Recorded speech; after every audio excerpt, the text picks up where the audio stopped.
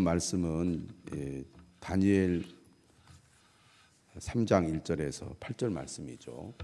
우리가 이 특별 새벽 기도를 하는 목적은 무엇보다도 결실의 계절인 11월에 기도가 회복되고 믿음이 회복되기 위해서입니다.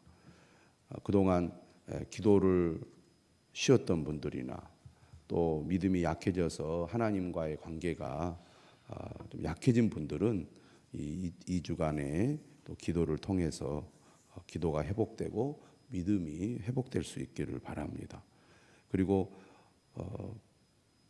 이제 꾸준히 지금까지 기도해 오시고 또 믿음으로 살아오신 분들은 11월 한 달이 기도의 결실과 믿음의 결실을 맺는 달로 여기고 이번 새벽 기도의 기도를 통하여 기도의 결실과 믿음의 결실을 거둘 수 있기를 바랍니다.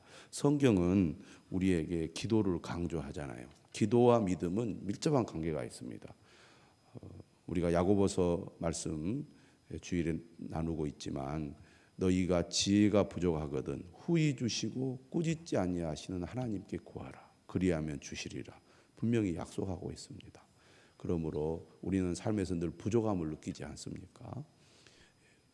그럴수록 우리는 지혜를 주신 하나님을 찾고 그분께 구해야 되겠습니다. 오직 믿음으로 구하고 조금도 의심하지 말라 이렇게 말씀하셨습니다.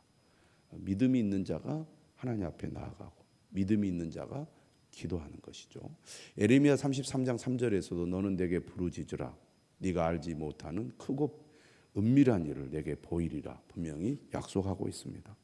마태복음 18장 19절에서도 예수님께서 어떤 말씀하셨습니까? 두 사람이 땅에서 합심하여 무엇이든지 구하면 하늘에 계신 내 아버지께서 그들을 위하여 이루게 하시리라. 두세 사람이 내 이름으로 모인 곳에는 나도 그들 중에 있느니라.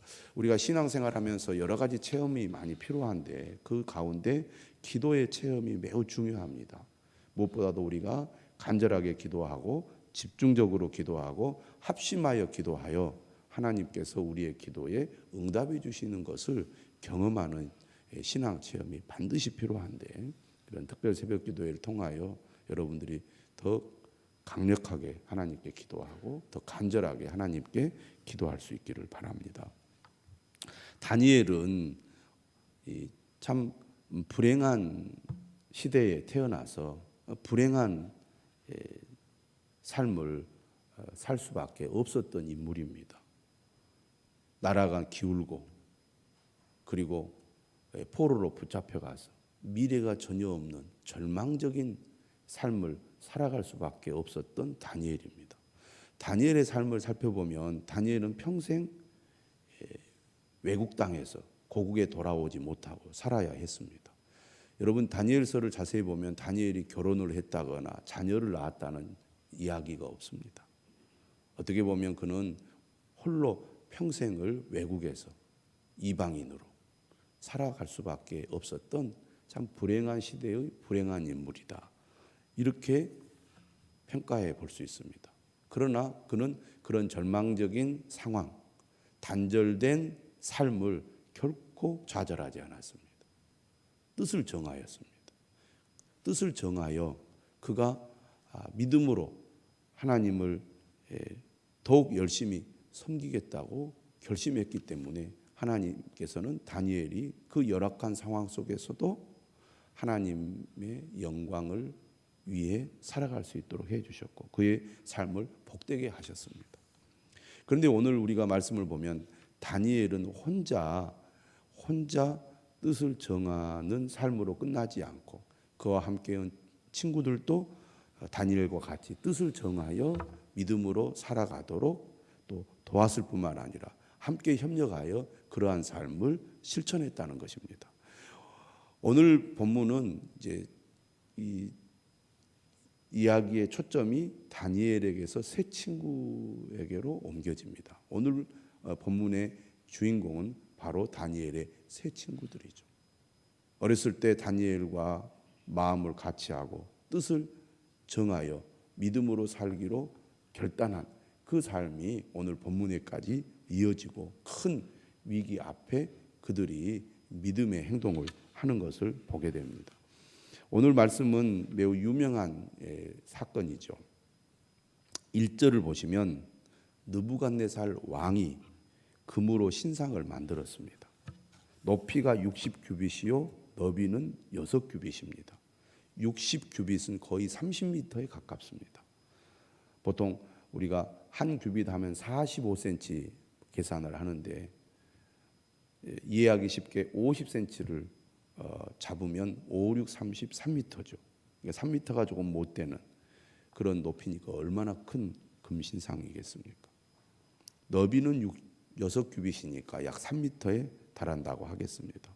그러니까 고대 이 왕들은 자신의 권력을 공고히 하고 통치를 공고히 하기 위해서 신상을 만들어 경배를 하게 했습니다. 그래서 오늘 본문에도 보면 2절에 느부갓네살 왕이 사람을 보내어 총독과 수령과 행정관과 모사와 재무관과 재판관과 법률사와 각 지방 모든 간원을 낙성식에 참석하게 했습니다. 신상을 세워서 봉헌하는 그 예식에 참여하도록 명령을 한 거죠. 그러니까 모든 지방 관리들이 다 참여를 했어요. 왕이 직접 주관하는 국가 행사를 연 겁니다. 그리고 어떤 명령을 내립니까? 5절에 보니까 악기 소리, 다양한 악기들이 나오죠. 악기 소리를 들을 때에 엎드려 금신상에게 절하라고 명령합니다. 금신상에게 절을 하라. 만약에 절을 하지 않으면 누구든지 즉시 맹렬히 타는 풀무불에 던져 넣겠다. 이것이 왕의 명령이었습니다. 그러니까 왕의 명령에 복종하는 것과 신상에 절하는 것이 동일시가 되면서 왕은 신의 자리로 옮겨집니다. 왕의 절대 권력이 거대한 신상을 통해 대변되는 것이죠. 고대 사이에 제국을 이룬 왕이 제국을 원활하게 통치하기 위해서 이런 신상을 만들어 가지고 사람들로 하여금 숭배하게 만든 것입니다. 자, 이 명령을 받은 사람들이 어떻게 합니까? 7절에 보니까 모든 백성과 나라들과 각 언어를 말하는 자들이, 다시 말하면 바벨론 제국의 모든 사람들이 왕의 명령에 복종하여 왕이 세운 금신상에게 엎드려 절을 했습니다. 일제시대에 신사에 참배하도록 명령을 내렸습니다. 그래서 대부분의 교회들이 굴복을 하잖아요. 그런 것처럼 지금 느부갓네살 왕은 제국에 속한 모든 사람들에게 절을 하라.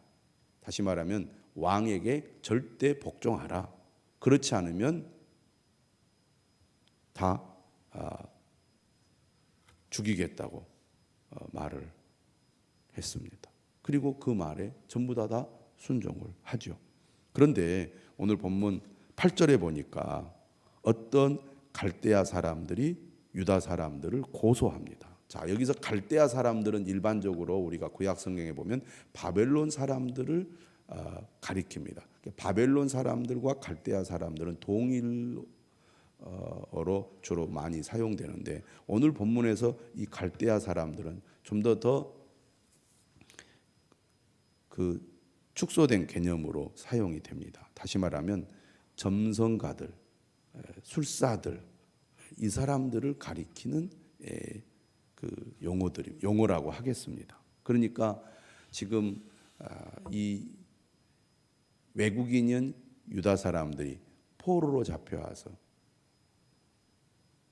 바벨론 땅에서 교육을 받았는데 워낙 탁월한 능력을 발휘하니까 그들이 좋은 자리를 차지하고 원주민들은 오히려 중심에서 밀려나니까 얼마나 시기하고 질투했겠습니까? 뒤에도 보면 이 바벨론 사람들이 다니엘을 시기하고 질투하지 않습니까? 그런 것처럼 여기서도 지금 이 세 친구들이 실력을 발휘하여 이제 중요한 이치에 오르게 되니까 시기하고 질투한 사람들이 고발을 한 거예요. 뭐라고 고발을 했습니까? 12절에 보니까 유다 사람 사드락과 메삭과 아벳느고가 왕을 높이지 않고 왕의 신들을 섬기지 않고 왕이 세우신 금 신상에 절을 하지 않았습니다 라고 고발을 한 겁니다. 그러니까 왕의 명령을 그들이 거역한 거잖아요. 이건 어떻게 보면 반역에 해당하는 죄라고 하겠습니다. 그러니 당연히 왕은 분노할 수밖에 없겠죠. 그래서 13절에 보면 왕이 노하고 분하여 그들을 끌고 오라 이렇게 명령을 내렸고 그들이 끌려왔습니다. 왕이 이제 어떻게 합니까? 회유를 하죠. 지금이라도 15절에 보니까 이제라도 너희가 준비하였다가 악기 소리를 들을 때 내가 만든 신상 앞에 엎드려 절을 해라. 그러면 조건이와 용서해 주겠다는 거죠. 기회를 주는 것입니다. 그러나 만약에 절을 하지 않으면 즉시 너희를 맹렬히 타는 풀무불 가운데 던져 넣을 것이다. 능히 너희를 내 손에서 건져낼 신이 누구이겠는가? 제국을 통치하는 왕을 거역해서 살 사람이 누가 있겠느냐 그런 얘기입니다. 살 사람이 없죠. 그것이 엄연한 사실입니다.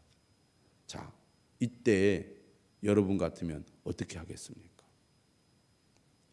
예전에 교회를 박해하던 시대에 십자가를 밟고 지나가면 살려주고 그렇지 않으면 죽이겠다고 했을 때 많은 사람들은 목숨을 건지기 위해서 죽지 않기 위해서 십자가를 밟고 지나갔습니다. 그런 가운데 신실한 믿음의 사람들은 십자가를 밟지 않고 지나가면서 순교를 당하는 그런 사건들이 있었죠. 그런데 지금 그런 위기 앞에 놓인 것입니다. 이때 다니엘의 세 친구 사드락과 메삭과 아벳느고가 왕에게 이렇게 얘기합니다. 16절 17절이죠. 느부갓네살이여 우리가 이 일에 대하여 왕에게 대답할 필요가 없나이다. 왕이여 우리가 섬기는 하나님이 계시다면 우리를 맹렬히 타는 풀무불 가운데에서 능히 건져내시겠고 왕의 손에서도 건져내시리라. 왕의 명령이 너무나 분명하고 그 대가가 거역한 대가가 너무나 두려운 일이지만 우리는 결코 하나님을 배반할 수 없습니다. 하나님이 함께 하시면 반드시 우리를 구원해 주실 것입니다. 왕의 손에서도 구원해 주실 것입니다. 라고 확신을 가지고 얘기합니다. 그런데 그 다음이 중요해요. 그 다음이 유명한 말입니다. 18절 그렇게 하지 아니하실지라도 우리가 왕을 거역한 대가로 풀무불에 들어가서 순식간에 불타 죽을지라도 우리는 결코 왕의 신들을 섬기지 않겠습니다. 왕이 세우신 금신상에 절하지도 않겠습니다. 이것이 바로 믿음이죠. 세상의 권력에 굴복하지 않는 신앙, 거짓과 헛된 신에 절하지 않는 신앙, 그 절개를 오늘 다니엘의 세 친구가 보여주고 있습니다. 믿음이란 거대한 세상의 힘에 굴복하지 않는 것입니다. 그것이 하나님의 뜻이 아니고 하나님의 길이 아니라면 내가 목숨을 잃는 한이 있더라도 하나님을 결코 배반하지 않겠습니다. 이것이 참된 신앙이라는 거죠. 오늘 우리도 이 거대한 세상의 물결 속에서 세상에 굴복하지 않고 어떤 일이 있어도 하나님을 따르고 하나님의 말씀을 따르는 사람이 되겠다고 결심해야 된다고 믿습니다. 그러한 사람들에게 하나님께서 은혜를 주시고 그런 사람들에게 하나님께서 함께 하신다는 것을 우리가 꼭 기억할 필요가 있습니다. 이러한 믿음이 어디에서 왔습니까? 제가 처음에도 말씀드렸듯이 그들은 포로로 잡혀왔을 때 뜻을 정했습니다. 다니엘과 함께 이 4명의 친구들이 결심하여 우리는 이 거대한 바벨론의 문화와 가치관과 거짓 신앙에 절대 굴복하지 않겠다. 비록 우리는 하나님의 성전이 멀리 떨어져 있는 이곳 바벨론 땅에 있지만 하나님을 믿는 신앙을 굳게 지키겠다. 이렇게 결심했습니다. 그리고 그들에게 위기가 왔을 때 그들은 합심하여 기도했죠. 다니엘과 세 친구들이 하나님 앞에 간절한 마음으로 기도했습니다. 뜻을 정하고 그들이 깨어 기도했을 때 하나님은 그 위험한 상황 속에서도 그들을 지켜주셔서 그들의 믿음을 견고하게 해주셨고, 이처럼 큰 위기를 만났을 때 그들이 믿음의 결단을 하고 행동을 하도록 하나님께서 인도해 주신 것입니다. 다시 말하면 우리가 어려움이 생길 때 그때 정신을 차리고 열심히 하나님께 나아가기보다는 평소에 하나님을 가까이 하고 마음의 결심을 굳게 하고 깨어서 기도할 때 위기를 만나도 이겨낼 수 있는 힘을 얻게 된다는 것입니다. 그런 의미에서 우리가 2주간 특별히 깨어서 기도할 수 있기를 바랍니다. 우리 성도들이 힘을 내어 특별 새벽 기도에 참여할 수 있도록 여러분들이 기도해 주시고 협력해 주시기를 바랍니다. 오늘 하루도 하나님께서 우리 사랑하는 성도들과 함께해 주실 줄로 믿습니다. 기도하겠습니다.